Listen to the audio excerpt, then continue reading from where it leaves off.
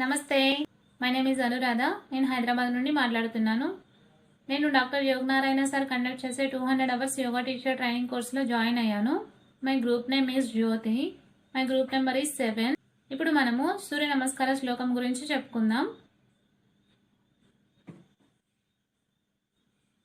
ఓం ధ్యేయ సదా సవితృమండల మధ్యవర్తి నారాయణ సరసిజాసన సన్నివిష్టః కేయూరవాన్ మకరకుండలవాన్ కిరీటీ హారీ హిరణ్మయ వపు ధృత శంఖ చక్రః.